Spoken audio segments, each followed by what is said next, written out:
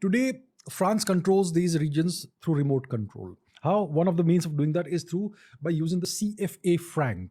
The CFA franc, it comes in two varieties, two flavors, but it's issued by the French government and the bank, the national bank, whichever, I don't remember which one. Look it up, my friends.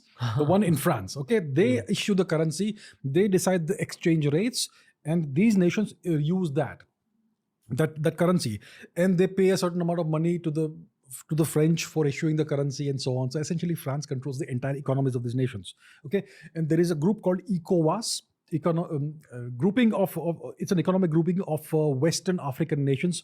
Nigeria is one of the major nations in this. So it's a coalition which, again, one could say is controlled by France. So this region was historically, under French domination, even after the colonial era ended.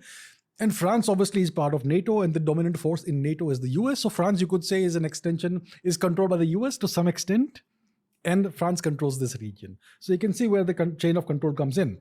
So this region has had lots of coups. Every year, typically, you'd see a coup or two. Okay, it's like a supernova explosion happening here and there if you look at a certain region of space, that sort of thing.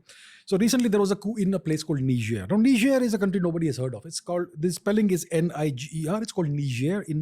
That's a French pronunciation. That's how I use it. So there was a coup there.